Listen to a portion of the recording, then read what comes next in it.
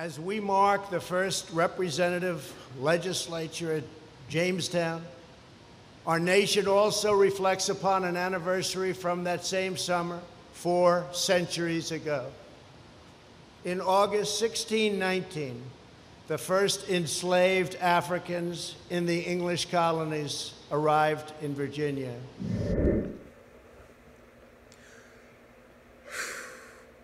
Really? Really?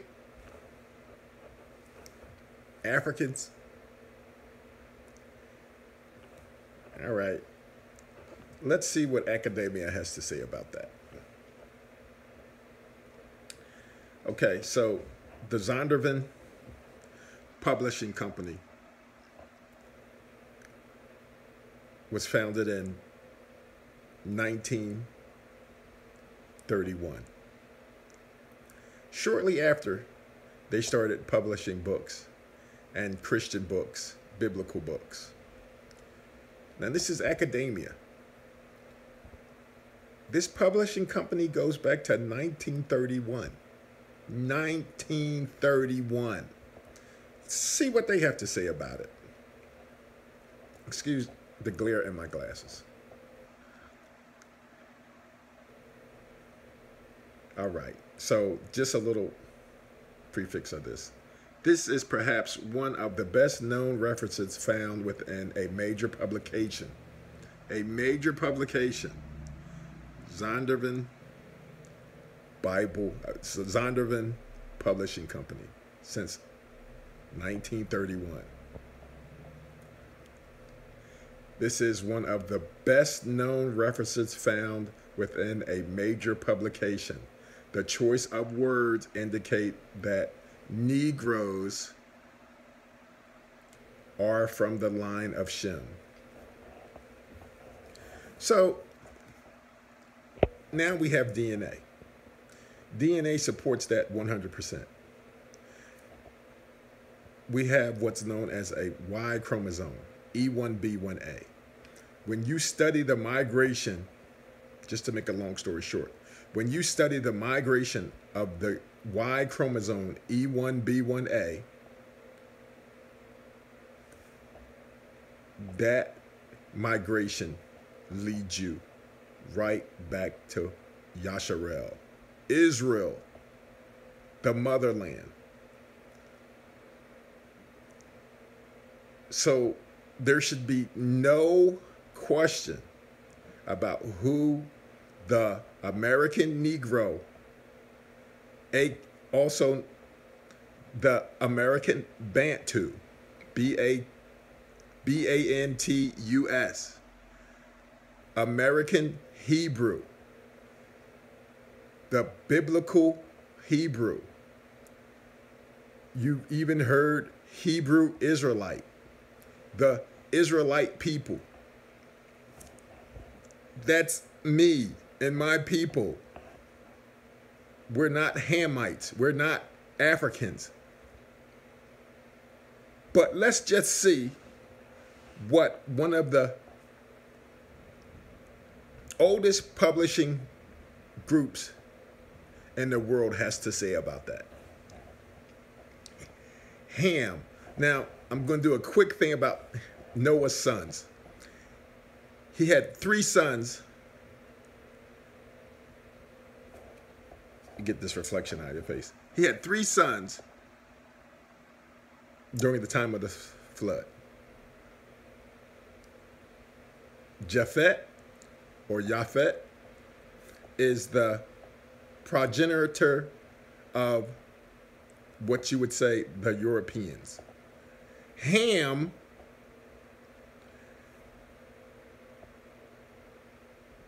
he is the progenitor of the Africans. Shem, well, then he would be the only one left over to be the progenitor of the Negro, because we know who the other 2 sons, whether their seeds are today. We know this. I'm not even talking about with the use of DNA, just scholarly historical studies, academia tells you this unequivocally. We know who these people are today. On top of that, with the icing of DNA, it's undisputable. But let's just see what the Zandervan Bible Study Dictionary says. Ham, the youngest son of Noah, born probably about 96 years before the flood, and one of the 8 persons to live through the flood. He became the progenitor of the dark races, not the Negro. I'm going to say that again.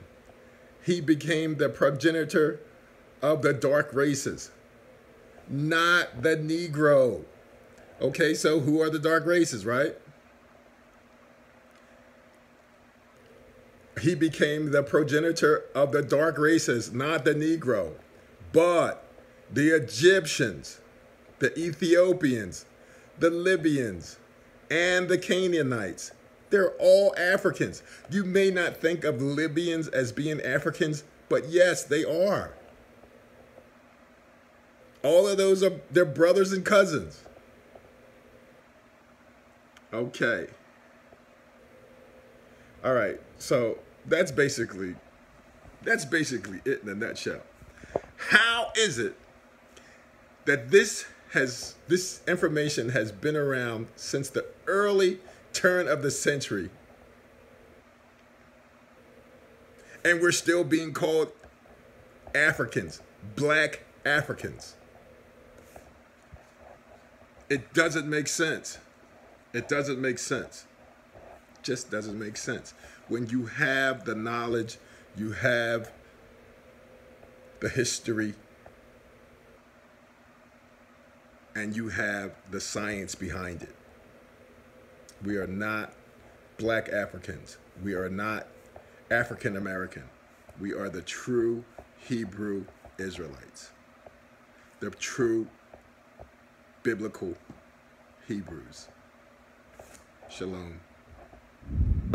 It was the beginning of a barbaric trade in human lives.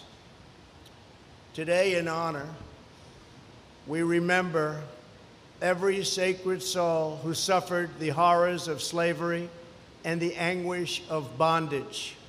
More than 150 years later, at America's founding, our Declaration of Independence recognized the immortal truth that all men are created equal.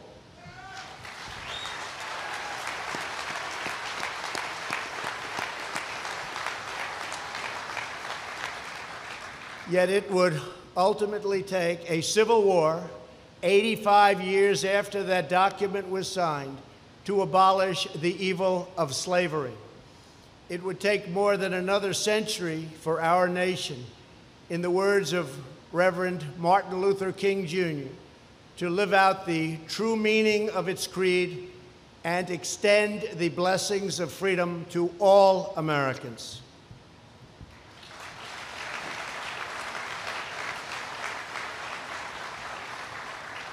In the face of grave oppression and grave injustice, African Americans have built, strengthened, inspired, uplifted, protected, defended, and sustained our nation from its very earliest days. Last year, I was privileged to sign the law establishing a commission to commemorate the arrival of the first Africans to the English colonies and the 400 years of African American history that have followed. Okay. President Trump, I gotta tell you, that whole black African thing is literally a slap in the face to people that are awoke to who they really are and know their true nationality, their true heritage, and not one that was given to them for a 400-year period, a drop in the bucket. But since you do understand that we have been here for 400 years, I'm going to go to Genesis 15 and 13 and see the prophecy behind that. See if I can find out if this sheds light onto who the biblical Hebrews actually are. All right. Let me find this right quick. Uh-oh, where am I at here? Let's see.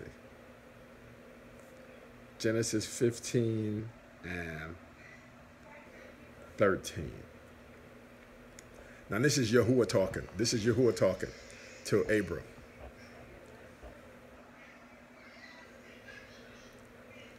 And he said unto Abram, which was Abraham once he found out he was going to have Isaac.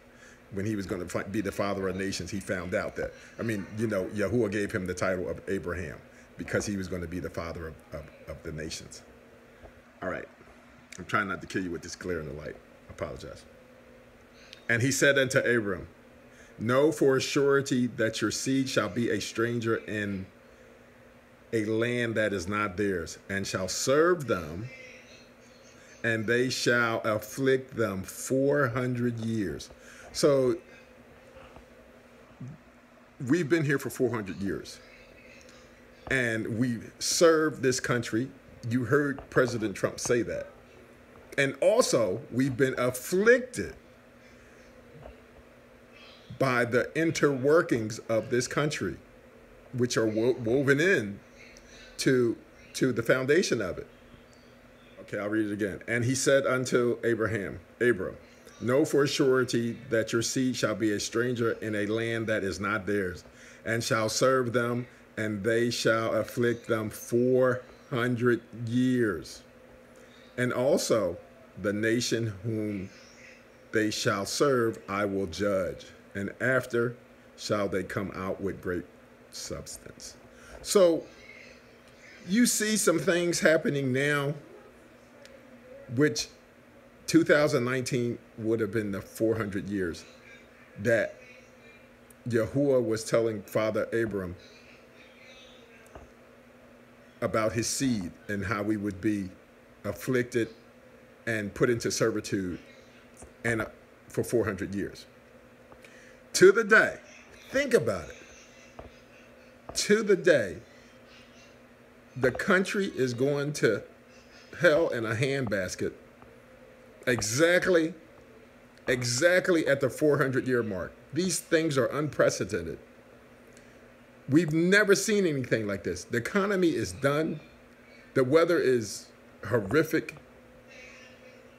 Earthquakes, tidal waves, mudslides, locusts, famine, plague. Nothing of this magnitude has ever taken place. And so, all right. Genesis 15 and 15. And you shall go to your fathers in peace. You shall be buried in a good old age. But in the fourth generation, they shall come hither again, for the iniquity of the Amorite is not yet full. Okay, so basically, people say, well, if it's 400 years, why isn't everything just snapping into place for you guys? It is snapping into place. It doesn't say that it's just going to snap its fingers overnight and everything's going to be fixed. It said that the nation is going to be judged, and that the iniquities of the West, when you look at the Amorites, when you research that, you'll see that that was a nation from the West.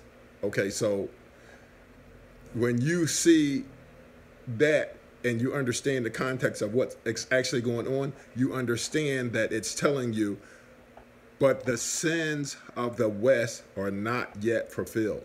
So what's actually happening is the West is digging itself deeper and deeper in a hole by the mistreatment of Yah's chosen people. This is why I've been saying for the last year to repent, because I knew this day was coming. You still have a chance to repent, but the Bible says that this nation will not repent. It will not repent. And for all you folks that are out there protesting and, burning down stuff and looting and hoping that things get better, Yahuwah saith he would have healed Babylon by now. If this country was going to be healed, Yahuwah would have healed it. So I'm just saying,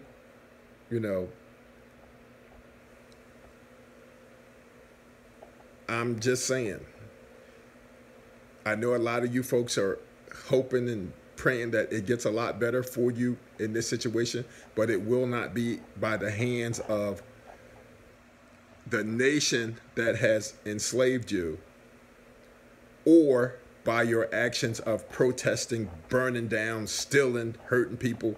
That's not the way it's supposed to go.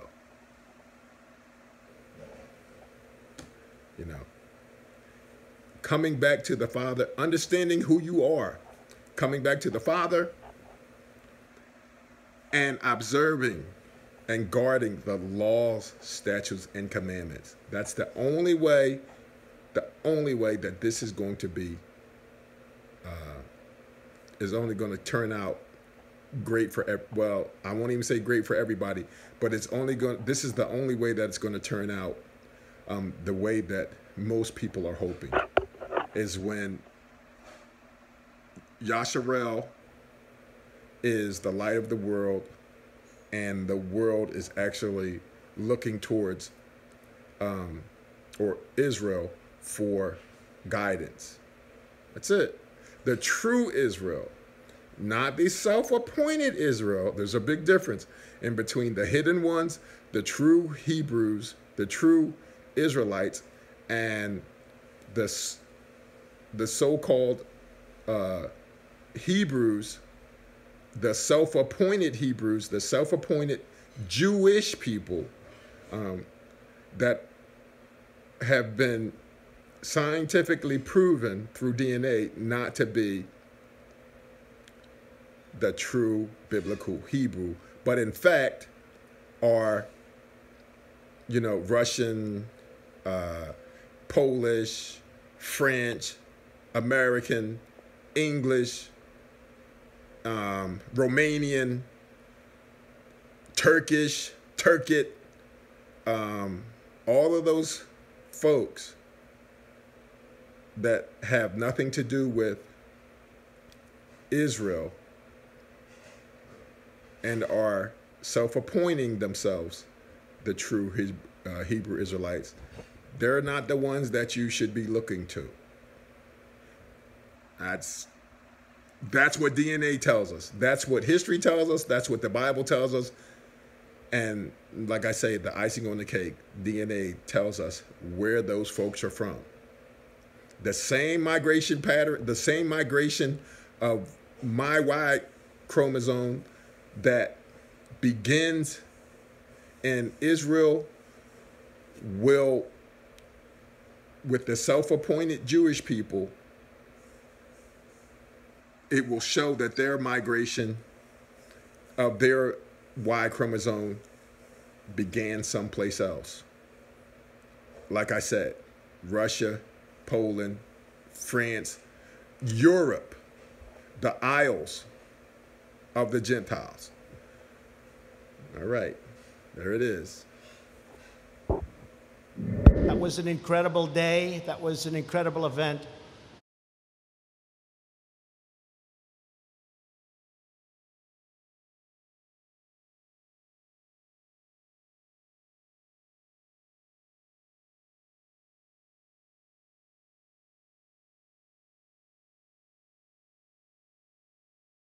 But it actually has Hebrew letters all throughout it. Even the company Uniqlo, a famous Japanese brand, you'll see, I think, 60-something% of their logo is Hebrew, clear Hebrew letters. All right. Now we know in the Mishnah, so written somewhere in a little after 200, of the Common Era, so traditions going back further than that. It's talking about the Jewish people in terms of their color. How are we described? Right. So Rabbi Yehuda Nasi wrote the Mishnah. He was a direct descendant from the house of King David, and he was in charge of the passing on the law of the generation. Now, to have written down the oral law was forbidden for the Israelites. It was oral, meant to be taught father to son. He saw that we are already scattered around the whole world, and if we don't preserve this, we're going to lose it. So he chose to write it down, and it was called the Mishnah. In the Mishnah, he was speaking about the skin afflictions that happened to people in the times of the temple, and when he's speaking about the color of the skin, he references and says that the children of Israel were not white. Children of Israel were not white. Children of Israel were not white, and they were not black, and they were not black. They were boxwood. That's the word it was used. Perhaps like the color of the table we're sitting at. And you have to imagine he was saying the children of Israel. I think he was speaking about in past tense of who they were at the time already that he was alive. You had great, Roman converts who became Torah scholars. At the time already that he was alive, you had great, Roman converts who became Torah scholars. Rabbi Akiva's father was a convert. Rabbi Akiva was one of the greatest sages ever. You had Onkelos, you had Shemaiah and Avtalion. These were masters on the Torah chain who were converts from Rome. Hitler was, and the Nazis, of course, expanded on Margaret Sanger's approach to eugenics, right? Eugenics was a movement that was born in the United States under hard doctrines of racism with the intent of eliminating the tribe of Judah in the African-American community in this country, right? To eliminate them. That's why she formed Planned Parenthood with the intent of eliminating the tribe of Judah in the African-American community in this country, right? To eliminate them. That's why she formed Planned Parenthood with the intent of eliminating the tribe of Judah, the tribe of Judah, the tribe of Judah, the tribe of Judah, the tribe of Judah in the African-American community in this country, right? To eliminate them. That's why she formed Planned Parenthood, was specifically to kill African-American, Black Americans. That's why she did it, with the intent of eliminating the tribe of Judah in the African-American community in this country, right? To eliminate them. I keep telling you guys that you are the true Hebrew Israelites and not African American or black. And it should be apparent to you by now that everyone knows this except for you. Why do you think the nation keeps trying to push this false identity on you? It is to keep you destroyed. They know who you are. It's in their books. It's in their mouth. They're confessing it, and you still don't believe it. You are not black Africans. They know it, and they're confessing it with their mouths. Only thing you have to do is believe. Why do you think they keep pushing this black African thing on you? It is to keep you destroyed. You are not black Africans. This Black Lives Matters and African American, whatever this stuff is, you have nothing to do with that. You are the true biblical Hebrews. Wake up.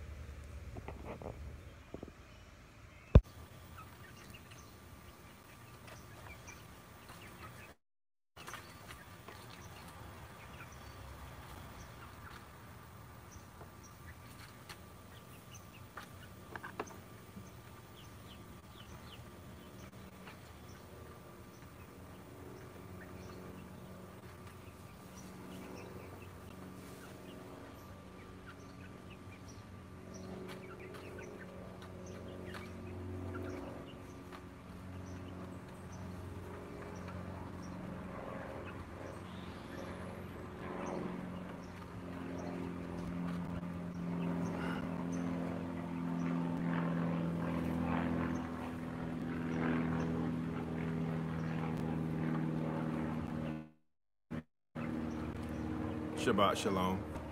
I'm going to read today from the good book, Genesis 15 and 13.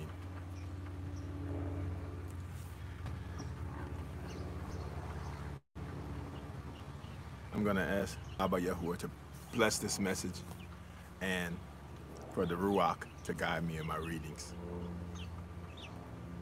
And he said unto Abram, know for a surety that your seed shall be a stranger in a land that is not yours, and shall serve them, and they shall afflict them for 400 years. We've been in the land of America for 400 years. 1619 to 2019 was the 400-year mark for the so-called African Americans to be in this country. And also, the nation whom they shall serve will I judge, and afterwards shall they come out with great substance. And you shall go to your fathers in peace. You shall be buried in a good old age. But in the fourth generation they shall come hither again, for the iniquity of the Amorite is not yet full. Yeah, that's right. Kind of humid out here today. So let's see. Now we're going to go to, I'm going to read the book of Nahum. I'm pretty sure a lot of you are at Trump's great Make America Great Again speech. He's running for his next 4 years. Okay. All right, so this is the book of Nahum. And this is pretty much the path that America is going to go down. So, all right. The book of Nahum 1. The burden of Nineveh. The cipher of the vision of Nahum. The Aquashalik. What's that? Yeah. The Koshi. All right. El is jealous, and Yahuwah revenge. Yahuwah revenges and is furious. Yahuwah will take vengeance on his adversaries, and he reserves wrath for his enemies. Yahuwah is slow to anger and great in power, and will not at all acquit the wicked. So a lot of people think that you can do wicked things and then just call on the Most High and have everything just go away. But he's not going to acquit the wicked. You will be paid for your works. Yahuwah has his way in the whirlwind and in the dust storm, and the clouds are the dust of his feet. He's the Most High. He's everything. All right. He rebukes the sea and makes it dry and dries up all the rivers. Bashan languishes, and Carmel and the flowers of Lebanon languish. The mountains quake at him, and the hills melt, and the earth is burnt at his presence. Yea, the world and all that dwell within. So he's just letting you know that he controls everything. He controls everything. He's in charge of everything. Everything is at his beck and call, his fingertips, his feet. So this is just to let you know who you're dealing with. Okay. All right. Let's see.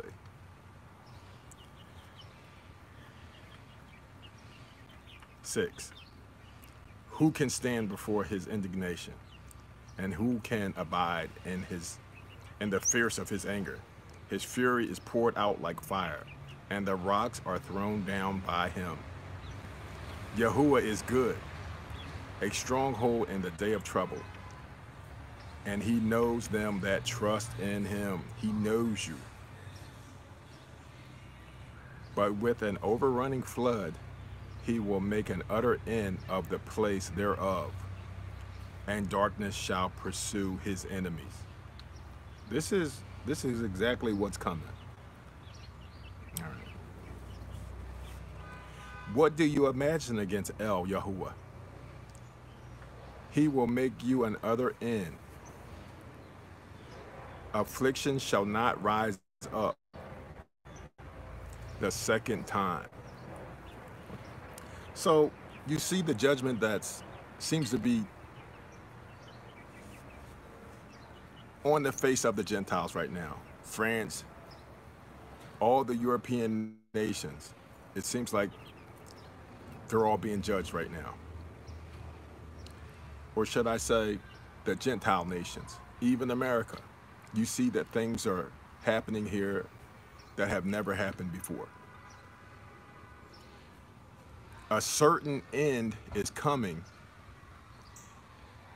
because he says the afflictions will not rise up a second time. He's going to utterly put an end to all of this nonsense. Okay, so that's pretty much where we're at with that. So let me pick it up. I'll read it again. What do you imagine against El Yahuwah? He will make an utter end. Affliction shall not rise up the second time. It's not going to be another time after this. For while they fold in together as thorns, and while they are drunken as drunkards, they shall be devoured as stubble fully dried. It's so easy for that to be, stubble is just like, it's so dead that it's nothing to it. You touch it and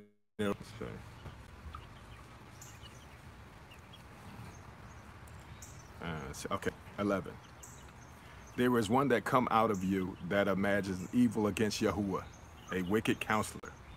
Thus say Yahuwah, though they be quiet, and likewise many, yet thus shall they be cut down, when he shall pass through. Though I have afflicted you, I will afflict you no more.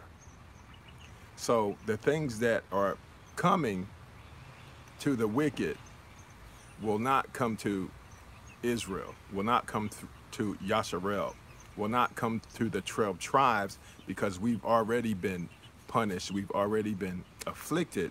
So the things that we see coming will not affect us. So fear not. But you do need to get back in touch with the law, statutes, and commandments.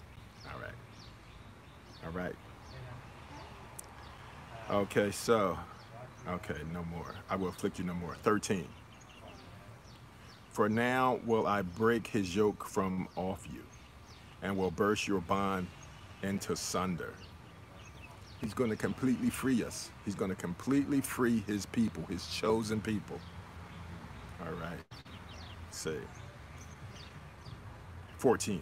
And Yahuwah has given a commandment concerning you, that no more of your name be sown out of the house of your Elohim.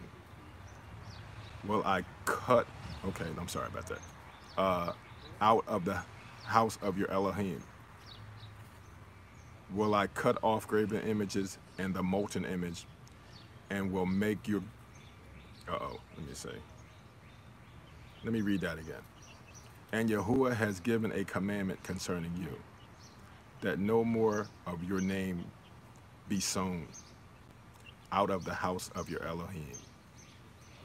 Will I cut off graven image and the molten image, I will make your grave, for you are vile.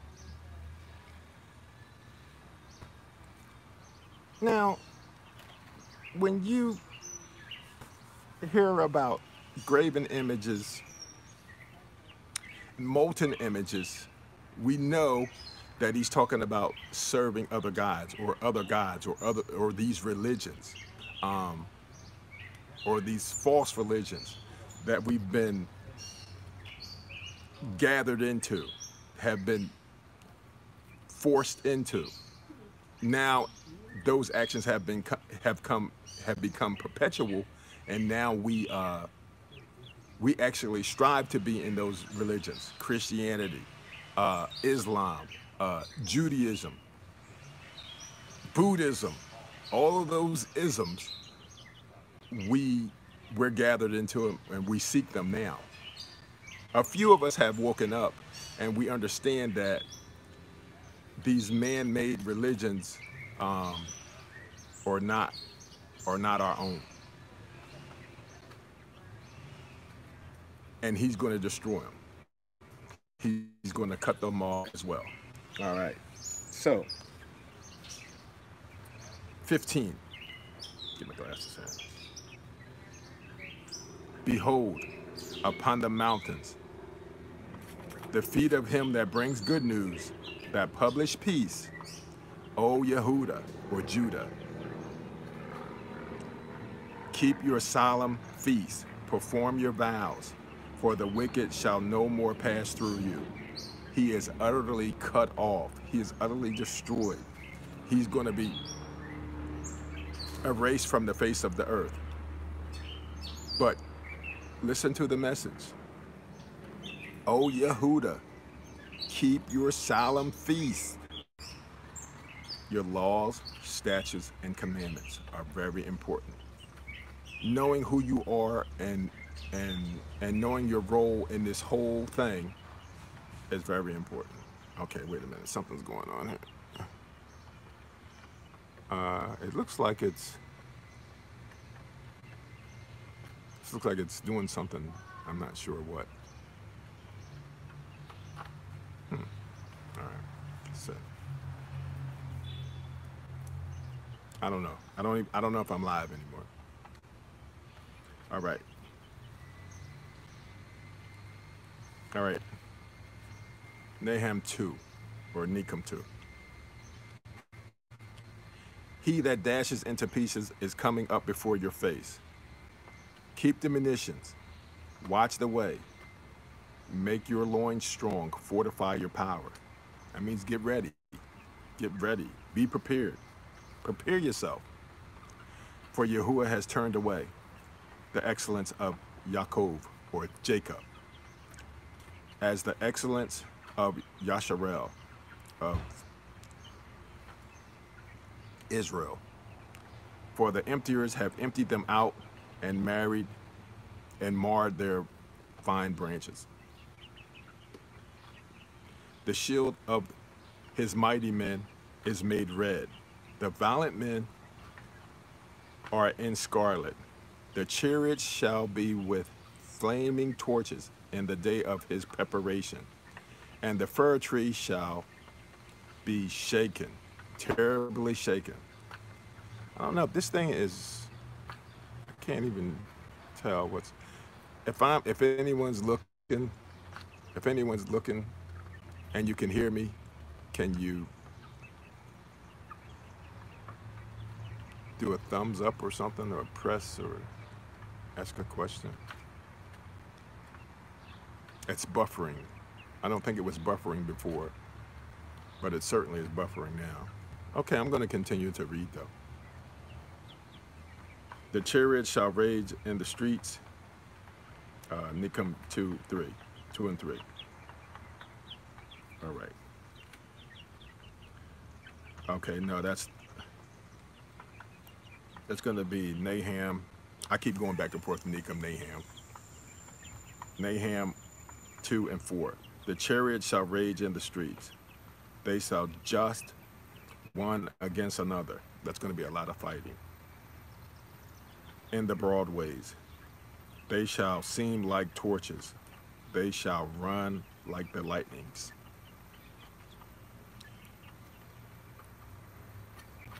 He shall recount his worthiness. They shall stumble in their walk. They shall make haste to the wall thereof, and the defiance shall be prepared, and the defense shall be prepared. The gates of the river shall be opened, and the place shall be dissolved. The end. and Nasab shall be led away captive. She shall be brought up, and her maids shall lead her as with the voices of doves, tabering upon their breasts. That's going to be basically no guidance. But Nineveh is of old like a pool of water, yet shall flee away. Stand, stand, shall they cry, but none shall look back. That means once all this stuff is going down, they're going to look around for their support, and everybody's going to be running away. There's going to be none to fight. Going to be left wide open. The gate is going to be left wide open. Nahum 2 and 9. Take ye the spoil of silver, take the spoil of gold, for there is none in of the store, and glory out of all the pleasant furniture. It's going to be open season on taking and preserving and gathering all the riches that were stolen by this country. She is empty and void and waste, and the heart melts, and the knees smite together, and much pain is in all loins, and the face of them are, and the faces of them all gather blackness. Their hearts are going to fail. Their knees are going to be knobbing, like from fear. And their faces of them are gather blackness. Well, we know that's death and despair. Where is the dwelling of the lion and the feeding place of the young lion? Where the lion, even the old, the lion whelped, and none made him afraid. The lion did tear into pieces, enough for his whelp, and the strangle for his lionesses, and filled his holes with prey, and his dens with ravin. It was to every turn just a stranglehold on everything, just filling this place up. You could do no wrong. But behold, I'm against you, says Yahuwah Sabaoth. Yahuwah Sabaoth is, put it this way, he's the top of the army. He is the general of the army. He is the master of the armies. He is Yahuwah of the army. Now, we had a description of who he actually is in the beginning of reading Nahum. He controls everything, and he's letting you know that is the function, Yahuwah Sabaoth. That is a function of what and who he is and what he does. So he's putting on the function of wartime, Yahuwah Sabaoth. And I will make burnt her chariots in the smoke, and the sword shall devour your young lions, and I will cut off your prey from the earth, and the voice of your messenger shall be no more heard. He's shutting everything down. Woe to the bloody city. It is all filled of lies and robbers. The prey departs not. The noise of the whip and the noise of the rattling of the wheel and of the prancing horses and of the jumping chariots. The horseman lifts up the bright sword and the glittering spear, and there is a multitude of slain and a great number of carcasses, and there is none in of the corpses. They stumble upon their corpses. it's just going to be nothing but turmoil, death, and destruction. It's going to be crazy. It's going to get your hearts ready for this. That's what's coming. Because of the multitude of the whoredom and of the well-favored harlot, the mistress of witchcrafts, that sell nations through her whoredom and families through her witchcraft. Behold, your skirt upon your face, and I will show the nations your nakedness, and the kingdoms your shame. You can kind of see that going on now with America. You know, it's being pulled down, the veil is coming off, everyone is starting to see and understand what this country was actually built on: death, destruction, slavery, and now, you know, the whole world is starting to recognize that.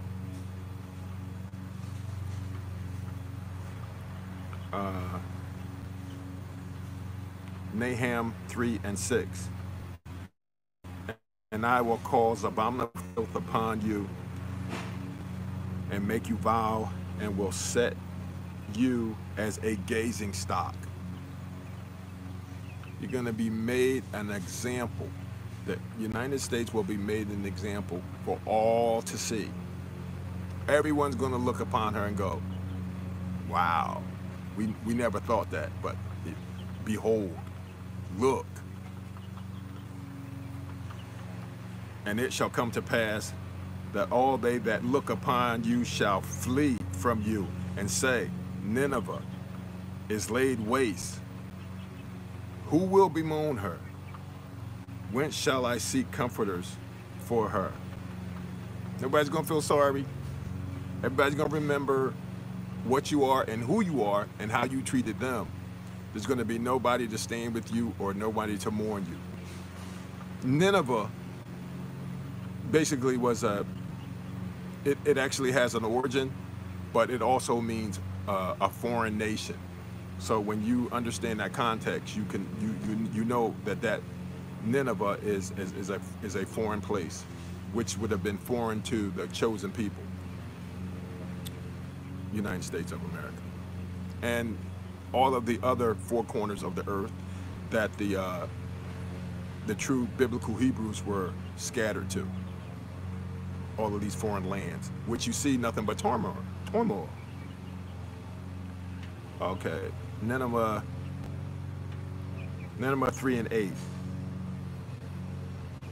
Are you better than Populus? No. That was situate among the rivers, that had the waters round about it, whose rampart was the sea, and her wall was the sea. Cush and Mizraim were her strength, and it was infinite. Put and Levium or Lebum were your helpers. So that's basically saying, if you see what happened to Yasharel, are you better than her? Babylon, are you better than her? No, and he told you right away, no. So if it happened to Yasharel, then it's most certainly going to happen to you in spades. And she had help. She had help. You know, the Hebrews in time of trouble would always go down to you know, the Hamites, the Africans, as they say, the Mizraim, which is which is Egypt, and Cush, Ethiopia, all those places. Those are all Libya, all those African nations that might have helped in the ancient days, might have helped, you know, Israel in the ancient days. They had help, and you'll see what happened.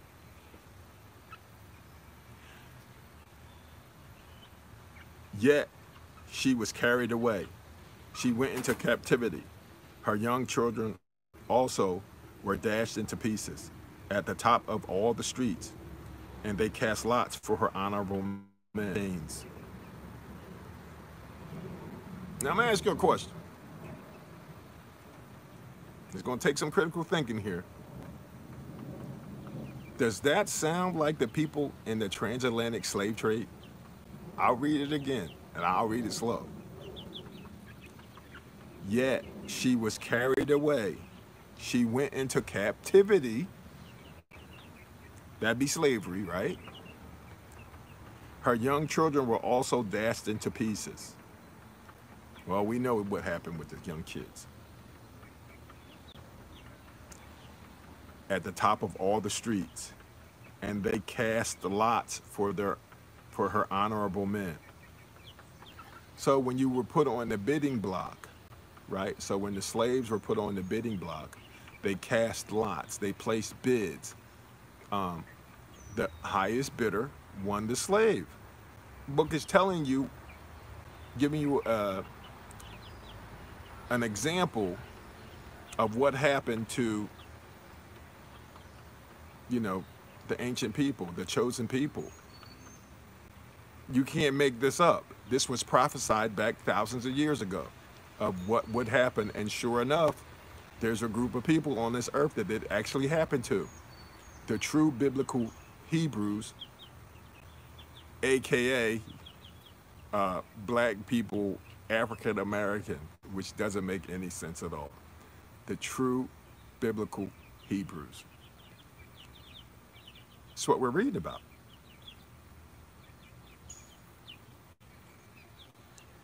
And they cast lots for her honorable men, and all her great men were bound in chains. The slaves of the transatlantic slave trade being bound in chains. We know that to be the case. We know who those people are. It's time for us to wake up. It's time for us to acknowledge. It's time for us to repent. It's time for us to move forward with the truth.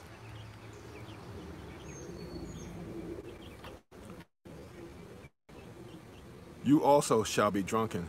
You shall be hide. You also shall seek strength because of the enemy. All of your strongholds shall be like fig trees with the first ripe figs. If they be shaken, they shall even fall into the mouth of the eater. Your best defense against what's coming is going to be like kindergarten. It's going to be like kindergartners against, I don't know, something really, really bad. Behold, your people in the midst of you are women. The gates of your land shall be set wide open unto your enemies. The fire shall devour your bars. You're going to have no defense. It's going to be just like in the day of this was written. It's, you know, women are very formidable, but at this time, you know, women didn't do the fighting. The men did the fighting. So in the midst of you are women. The gates of your land shall be set wide open. The door's just going to be wide open, and the enemy. Draw waters for the siege. Fortify your strongholds. Go into clay and tread the mortars. Make strong the bricks. There shall the fire devour you. The sword shall cut you off. It shall eat you up like the cankerworm. Make yourself many as the cankerworm. Make yourself many as the locust. You can do all that's in your power, and you're still going to be devoured. The sword is going to cut you off. I'd be trying to do this, and of course, you know, somebody's doing some gardening or something, but I'm going to try and finish it. I'm almost done. Hopefully, I'm actually recording. I don't know if I am or not. You have multiplied your merchants above the stars of heaven. The cankerworm spoils and flees away. Your crowns are as the locust, and your captains as the great grasshopper, which camp in the hedge in the cold day, but when the sun rises, they flee away, and their place is not known where they are. I'm just going to try and get through this right quick, because it's just so noisy now. I don't even know if I'm recorded. Your shepherds slumber, O king of Asherah. Your nobles shall dwell in the dust. Your people is scattered upon the mountains, and no man gathers them. There is no healing for your of you shall clap the hands over you. For among whom has not your wickedness passed continuous? All right. So let me try and read. All right, that's it. I'm done. All right. There is no healing for you for your bruise. Your wound is grievous. All that hear the bruit of you shall clap the hands over you. Yay! Yay! Babylon has fallen. Hooray! You know, that's basically what that is. For upon whom has not your wickedness passed continuous? You see what's going on between America and the other nations, and they're continuously making enemies. And not only are they making new enemies, they're turning their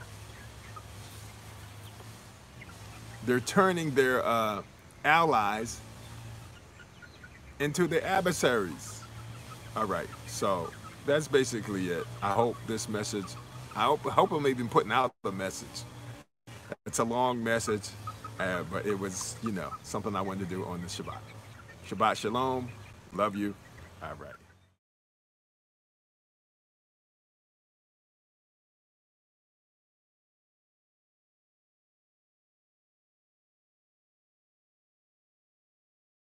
It's falling, falling down. Yeah, yeah.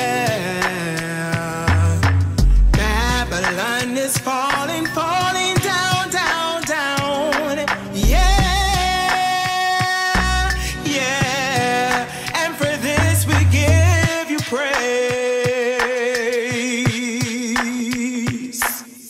Babylon is falling. It's falling, Babylon is falling down. Babylon is falling, it's falling, Babylon is falling down.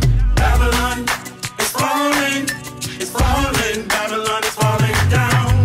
Babylon is falling, it's falling, Babylon is falling down. Babylon is falling, it's falling, Babylon is falling down. Babylon is falling. It's falling, Babylon is falling down. Babylon is falling, it's falling, Babylon is falling down. Babylon is falling, it's falling, Babylon is falling down. Come out of her, my people, don't be partakers of her sin. Come out of her, my people, don't be partakers of her sin. Come out of her, my people, don't be partakers of her sin. Come out of her, my people. Don't be partakers of her sin. Babylon is falling. Babylon is falling. There's no more stalling. Heaven and earth is calling. She was not willing. During her time of healing, she kept on killing all of our children. She has given them strong drink that they might not think. Yahuwah held us up. Now her time is up. She's corrupt. Her reward is for her people. The judgment goes deeper. Prepare our daughters for the slaughter. They came against the order. We gotta get smarter. Come after her, my people. Then we bring back the order. Babylon is falling. Babylon is falling. is falling. It's falling. Babylon is falling down. Babylon is falling. It's falling. It's falling. Babylon is falling down. Babylon is falling.